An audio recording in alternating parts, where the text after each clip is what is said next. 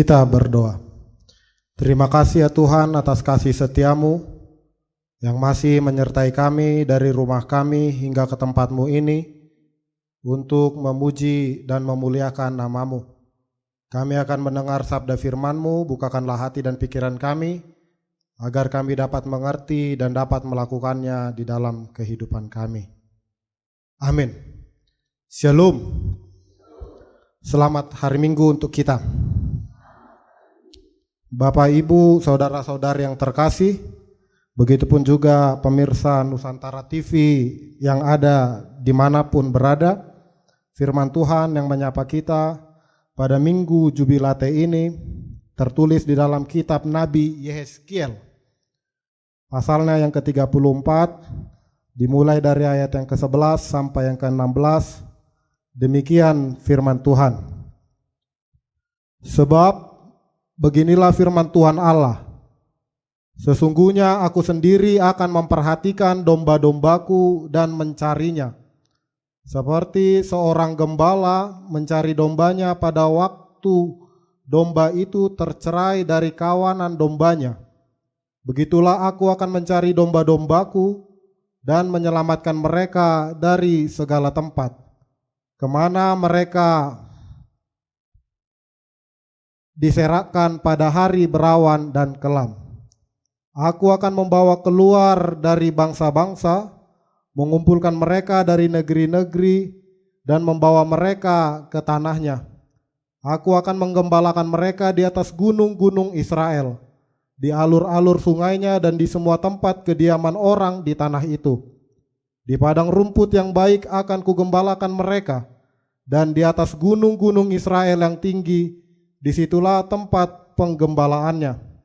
Di tempat penggembalaan yang baik itu mereka akan berbaring, dan rumput yang subur menjadi makanannya di atas gunung-gunung Israel. Aku sendiri akan menggembalakan domba-dombaku, dan aku akan membiarkan mereka berbaring. Demikianlah firman Tuhan Allah. Yang hilang akan kucari, yang tersesat akan kubawa pulang, yang luka akan kubalut, yang sakit akan kukuatkan, serta yang gemuk dan yang kuat akan kuawasi. Aku akan menggembalakan mereka sebagaimana seharusnya. Demikianlah firman Tuhan. Bapak, Ibu, saudara-saudari yang terkasih, begitupun juga pemirsa Nusantara TV yang ada dimanapun kita berada. Sering kita mendengar ada sebuah pameo yang berbicara serigala berbulu domba. Pameo ini menggambarkan seseorang yang bengis, tapi seakan-akan perbuatannya melakukan perbuatan yang baik. Dia melakukan perbuatan-perbuatan yang baik, tetapi pada dasarnya di balik perbuatan yang baik itu ada maksud yang ingin dia tuju. Padahal secara jati dirinya, serigala berbulu domba ini adalah orang yang jahat, tetapi dia menyamar menjadi seseorang yang baik. Dalam iman Kristen, Bapak Ibu, hal ini sering kita ketemukan dalam Alkitab ataupun dalam kehidupan kita sampai saat ini. Itulah yang sering disebut dengan nabi-nabi palsu atau gembala-gembala palsu. Dia hanya berwujud sebagai nabi, tetapi ajarannya tidak mencerminkan bagaimana pesan kenabian itu sendiri. Hidupnya seperti seorang gembala, tetapi ajarannya tidak sama sekali mencerminkan bagaimana seorang gembala. Bapak, Ibu, saudara-saudara yang dikasihi Tuhan, hal inilah yang terjadi pada masa Nabi Yehezkiel ketika dia melayani. Dalam pelayanannya bersama Tuhan, menggembalakan umat yang dalam pembuangan di Babel, dia melihat banyak sekali para gembala-gembala yang tidak menjalankan perintah Tuhan. Banyak sekali gembala-gembala yang hanya berstatus sebagai gembala, tetapi di dalam pengajarannya tidak mencerminkan sama sekali. Bapak, Ibu, dalam hal ini, jika kita melihat dalam Alkitab, secara khusus dalam konteks Nabi Yehezkiel, gembala bukan hanya menggambarkan tokoh agama, Gembala bukan hanya sekedar menggambarkan bagaimana pelayan-pelayan dalam agama, tetapi bagaimana gambaran ini menggambarkan seseorang yang memerintah, seseorang yang menjabat di pemerintahan.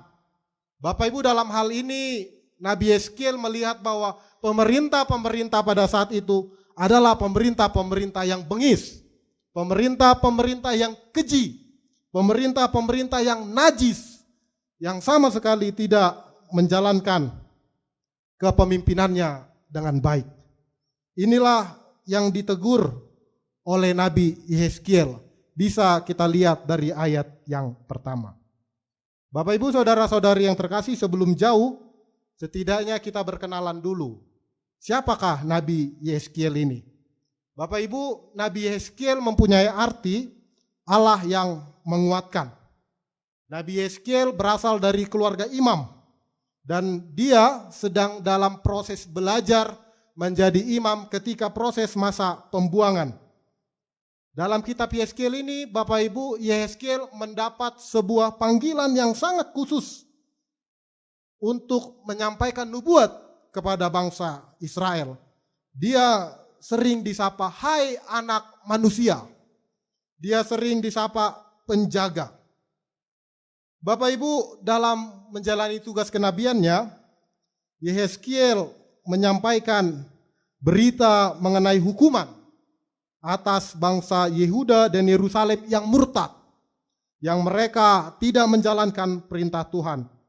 Dan ajaran ini juga untuk menopang bagaimana iman bangsa itu, yang bagaimana dalam proses pembuangan di Babel, untuk menekankan bahwa tanggung jawab pribadi untuk seseorang itu harus kudus di hadapan Tuhan.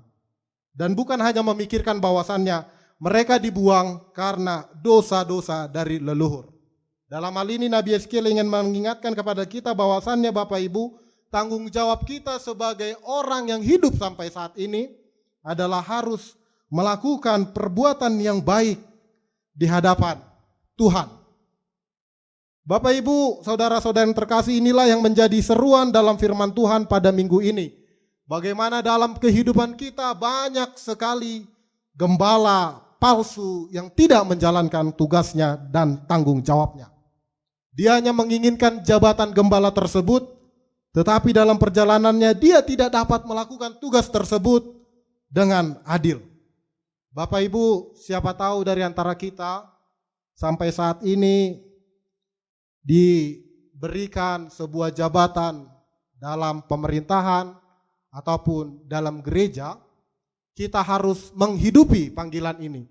Kita harus melaksanakan panggilan ini dengan betul-betul. Jangan hanya diminta, jangan hanya diinginkan, tetapi dalam kehidupannya dia tidak bisa melakukan tugas sebagai seorang gembala. Bapak Ibu, apakah yang akan kita lihat dalam firman Tuhan kita pada minggu hari ini? Yang pertama adalah kita adalah domba dan sekaligus kita juga adalah gembala. Kita adalah domba dan kita juga sekaligus adalah sebagai gembala. Bapak Ibu, dalam hidup ini kita semua yang berkumpul di sini dan pemirsa Nusantara TV dimanapun berada, kita semua adalah domba-domba Tuhan. Siapakah penggembalanya? Hanya ada satu gembala yang agung, yaitu Tuhan kita Yesus Kristus. Tetapi ketika Tuhan Yesus bangkit, dia menyerukan kepada Petrus, "Gembalakanlah domba-dombaku." Firman Tuhan pada minggu yang lalu, pada minggu Misericordias Domini, bagaimana Petrus disampaikan untuk gembalakanlah domba-dombaku. Bapak Ibu, yang menjadi pertanyaan sekarang untuk kita saat ini, apakah kita sudah dengan baik menjalankan tugas kita sebagai seorang gembala? Apakah kita sudah melakukan tugas gembala ini di rumah, di gereja, di tempat kerja, atau dimanapun kita berada? Coba kita berpikir sejenak, apakah kita sudah melakukan tugas gembala yang baik? Atau kita seperti gembala yang jahat yang ditegur Nabi Yeskiel Bisa kita lihat di ayat 3 dikatakan, apakah kita hanya menikmati susu dari domba-domba itu dan kita hanya memakai bulu-bulu domba dan menyembelih yang gemuk untuk kita makan, tetapi domba-domba itu sendiri tidak kita gembalakan? Apakah dalam kehidupan kita, kita hanya memeras tenaga para domba-domba kita, kita hanya mengambil keuntungan, tetapi kita tidak bisa memberikan makan yang terbaik kepada domba-domba kita yang kita gembalakan? Bapak Ibu, sekali lagi kita adalah domba yang bagaimana Yesus sebagai gembala agung, dan kita juga adalah gembala dimanapun kita berada. Apakah kita sudah melakukan tugas penggembalaan itu dengan baik di rumah, di tempat kerja, di gereja, dan dimanapun kita berada? Bapak Ibu, yang kedua adalah bagaimana kita harus mencari. Bapak Ibu, dalam perjalanan hidup kita sering sekali kita seperti perumpamaan anak yang hilang. Kita sering terjebak dalam gegap gempita hidup ini sampai kita sering sekali kehilangan jati diri. Tetapi apakah ketika kita dalam proses menjadi anak yang hilang, apakah Tuhan tidak mencari kita? Bapak Ibu, percayalah bahwa ketika kita menjalani sebuah proses kehilangan jati diri, ketika kita menjalani bahwasannya Tuhan tidak menolong, ketika kita menjalani sebuah proses hidup bahwasannya kita kehilangan jati diri kita sehingga kita lupa jalan pulang, ingatlah Tuhan terus mencari dan kita sudah ditemukan. Yang menjadi pertanyaannya Bapak Ibu, apakah kita mau pulang atau tidak? Ketika kita menjadi anak yang hilang, ketika kita kehilangan jati diri, Tuhan sudah mencari. Yang menjadi pertanyaan, apakah kita akan mau pulang atau tidak? Bapak Ibu, ayat 11 dikatakan dengan jelas, sebab beginilah firman Tuhan Allah, sesungguhnya aku sendiri akan memperhatikan domba-dombaku dan mencarinya. Bapak Ibu dan pemirsa Nusantara TV, jika ada proses dalam hidup kita yang mengalami kebimbangan hidup, kerapuhan hidup, dan kehilangan jati diri, itu karena kita sudah terlalu jauh dari gembala kita. Kita sudah terlalu jauh dari Dia, sehingga kita mengalami proses kebimbangan hidup. Kita mengalami proses kerapuhan, sehingga kita merasa hidup kita tidak berdaya. Dan kita merasa bahwasannya gembala itu tidak peduli, padahal karena kita yang terlalu jauh darinya. Bapak Ibu, seperti perumpamaan seorang anak yang hilang, seorang bapak tersebut menunggu terus kepulangan, kehadiran anak yang hilang itu. Seorang bapak akan tetap bersuka cita anak yang hilang itu kembali kepadanya. Bapak Ibu, percayalah, ketika kita pulang ke dalam jalan Tuhan, Tuhan tetap bersuka cita dan Tuhan terus menunggu kita sebagai domba-dombanya yang hilang. Dan percayalah, Tuhan terus mencari kita. Yang menjadi jawabannya, kita sering sekali lupa untuk pulang kepadanya. Bapak Ibu, yang ketiga adalah bagaimana sebagai gembala yang baik kita harus merawat. Bapak Ibu, dalam nubuat Yeskiel, Tuhan sebagai gembala agung terus menjaga dan merawatnya. Hal inilah bisa kita lihat di ayat 12. Seperti seorang gembala mencari dombanya pada waktu domba itu tercerai dari kawanan domba-dombanya. Begitulah aku akan mencari domba-dombaku dan menyelamatkan mereka dari segala tempat kemana mereka diserakkan pada hari berawan dan gelap. Bapak Ibu, nubuat Yeskiel ini menegaskan bagaimana Allah sendiri akan mencari, Allah sendiri akan merawat domba-domba yang hilang itu. Bapak Ibu, dalam hal inilah proses merawat domba-domba dalam bahasa gereja sering kita dengar dengan istilah pastoral. Bagaimana Bapak Ibu dalam proses pastoral mempunyai berbagai sisi dalam melakukan tindakannya. Atau sering kita dengar dengan pendampingan pastoral, konseling pastoral. Bapak Ibu para ahli dalam teologi pastoral sendiri secara khusus sudah banyak memberikan fungsi-fungsi dari pastoral itu sendiri. Yang pertama adalah fungsi pastoral adalah untuk menyembuhkan. Bapak Ibu bagaimana dalam proses merawat, banyak sekali domba-domba kita merasa kesakitan. Apakah tugas kita sebagai seorang gembala ini? Adalah menyembuhkannya, mengobati sakitnya. Apabila ada dari kita domba-dombanya yang sampai saat ini mengalami sakit, kita harus bisa menyembuhkan. Dan yang kedua, kita harus bisa menopang. Bapak Ibu banyak sekali dari domba-domba ini merasa bahwasannya dalam topangan hidupnya, dia merasa sendirian. Disitulah pesan bagaimana sebagai seorang gembala, kita harus bisa menopang dia, kita harus bisa menyadarkan dia bahwasannya dia tidak berjalan sendiri. You'll never walk alone, seperti istilah klub sepak bola Liverpool. Dan yang ketiga, kita juga harus bisa membimbing dia. Proses merawat itu harus bisa kita bimbing. Bapak Ibu supaya domba-domba ini tidak tergiur kepada rumput hijau tetangga yang lebih baik, bagaimana kita harus bisa membimbing. Bagaimana proses supaya anak-anak mencintai gerejanya, kita juga harus bisa membimbing dia sejak sekolah minggu, remaja, naposo bulung, bahkan sampai berkeluarga. Kita harus mengajarkan bagaimana dia harus mencintai gerejanya. Dan yang keempat adalah fungsinya adalah mendamaikan orang-orang yang bermasalah. Bapak Ibu selama kita hidup di dunia ini, banyak sekali orang-orang yang belum bisa berdamai. Disitulah tugas konseling pastoral itu, harus bisa mendamaikan dalam masalah hidupnya, berdamai dalam diri sendiri dan juga berdamai dengan orang lain. Dan yang kelima adalah memelihara, yang keenam membebaskan, dan yang ketujuh memberdayakan. Inilah tugas gembala yang harus kita lakukan. Kita harus bisa memelihara dia, merawat dia, dan kita juga harus bisa membebaskan domba-domba kita. Kita juga harus mengajarkan kepada domba-domba kita untuk hidup bebas sebentar. Tetapi kita harus mencari lagi ketika domba-domba kita itu sudah jauh, entah kemana dia berada. Dan yang terakhir adalah untuk memberdayakan domba-domba kita itu. Bapak Ibu percayalah di dalam kehidupan kita, secara khusus di dalam proses kita bergerejawi, banyak sekali orang-orang sebetulnya yang mempunyai sumber daya yang tinggi. Terkadang yang menjadi pertanyaannya, apakah semua orang bisa diberdayakan dengan baik? Inilah tugas gereja.